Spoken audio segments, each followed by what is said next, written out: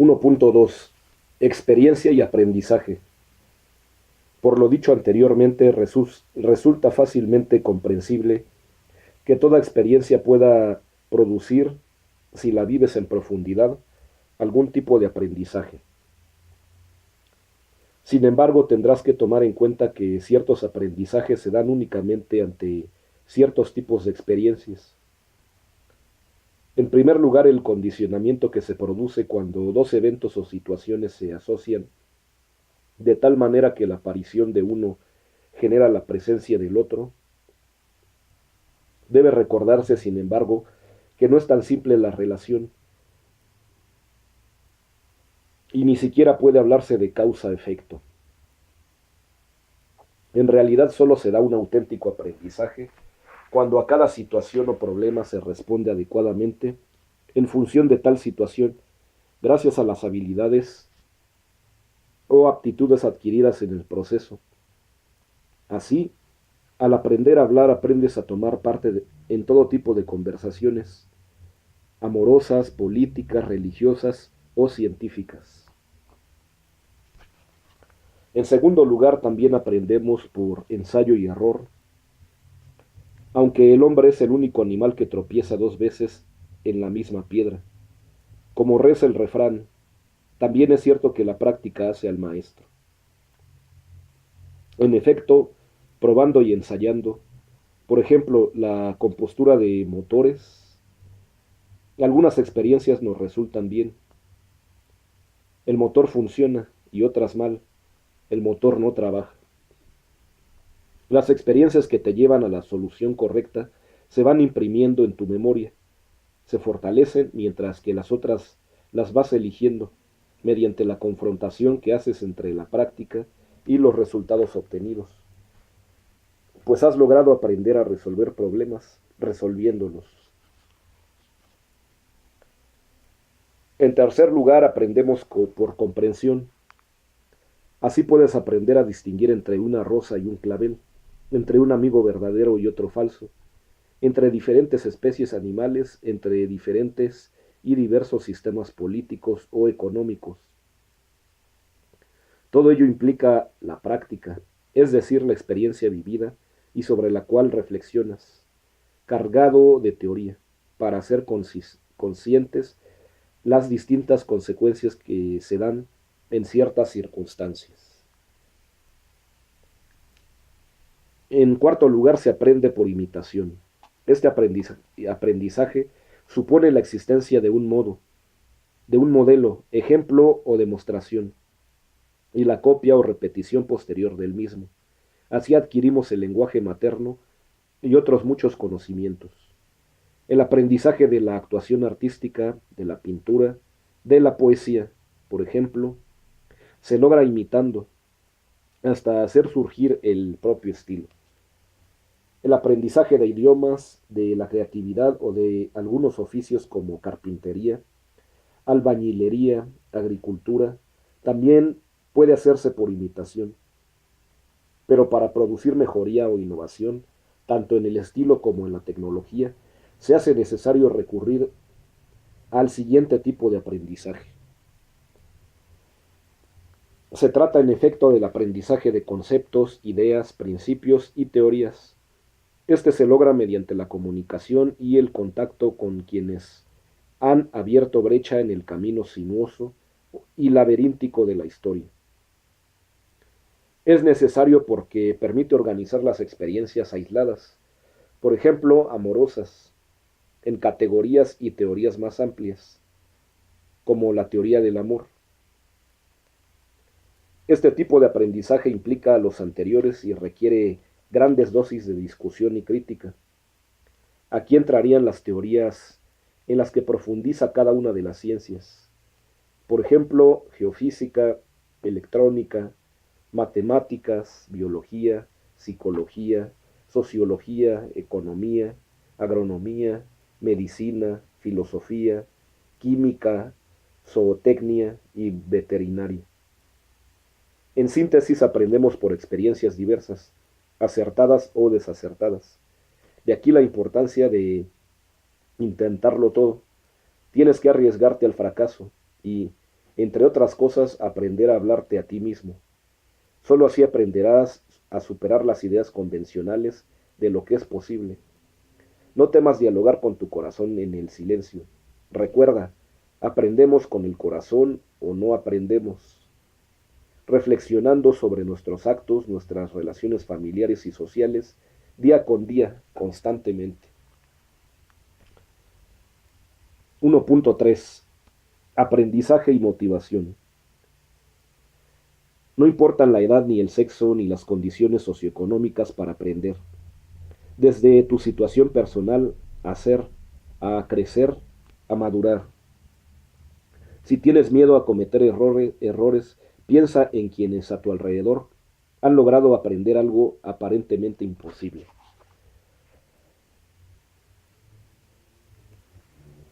La motivación puede definirse como la fuerza interior que impulsa a una persona hacia el logro de un objetivo. Todo aprendizaje requiere de esa fuerza, pues si hay emoción, el aprendizaje se hace más participativo, más efectivo, más entusiasta. Es muy diferente la actitud de quien dice, no puedo porque cometo errores, de la del que afirma, puedo a pesar de que cometa errores.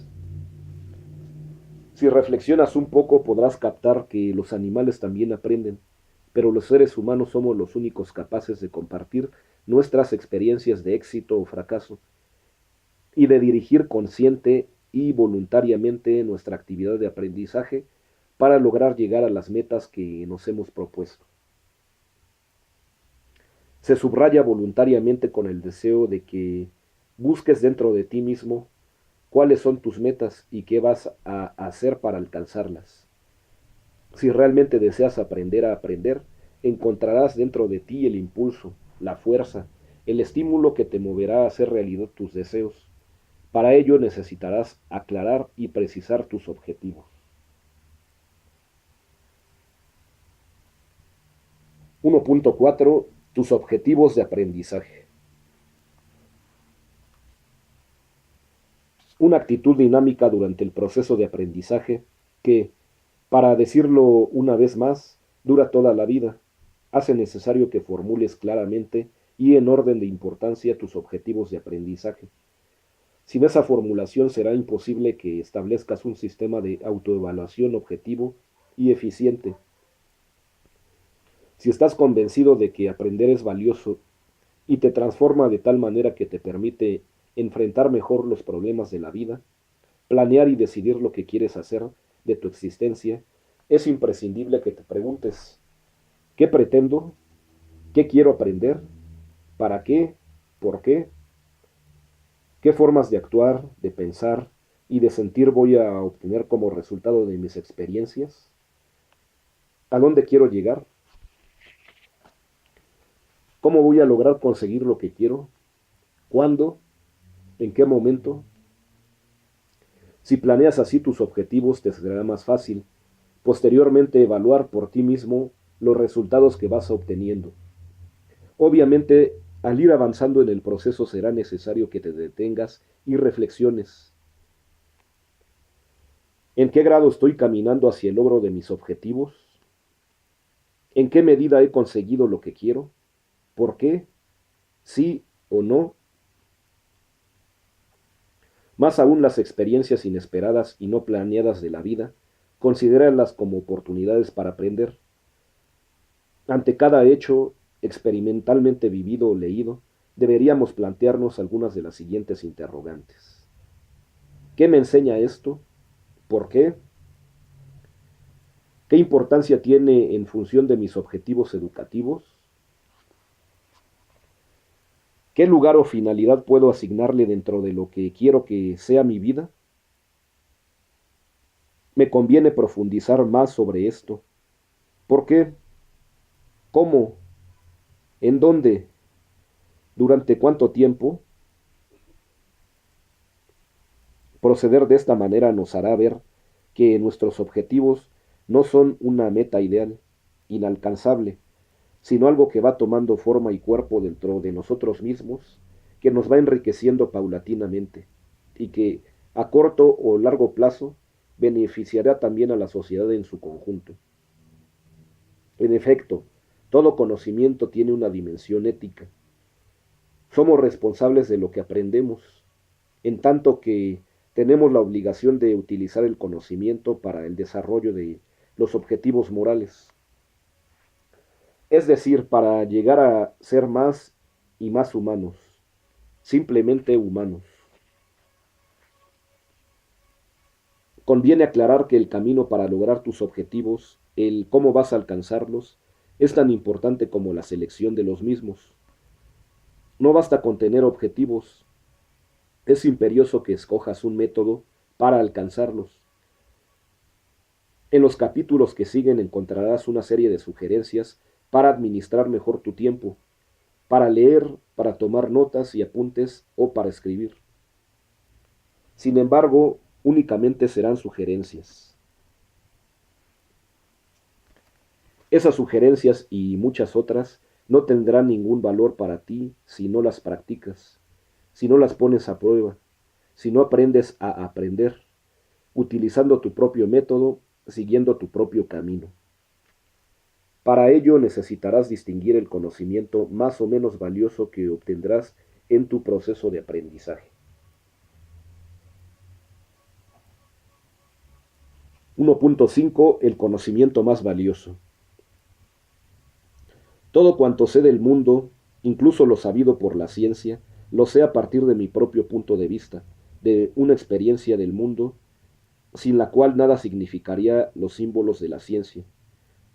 Todo el universo de la ciencia está construido sobre el mundo vivido que se ha experimentado directamente y si queremos pensar rigurosamente la ciencia, apreciar exactamente su sentido y alcance, tendremos que reavivar esta experiencia del mundo, del cual la ciencia es una abstracción.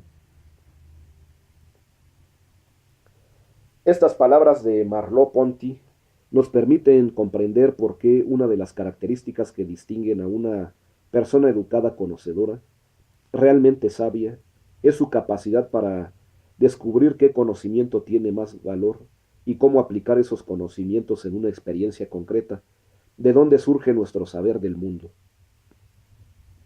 Al aprender conocemos y al adquirir conocimientos, cada uno de nosotros se transforma, se modifica, cambia.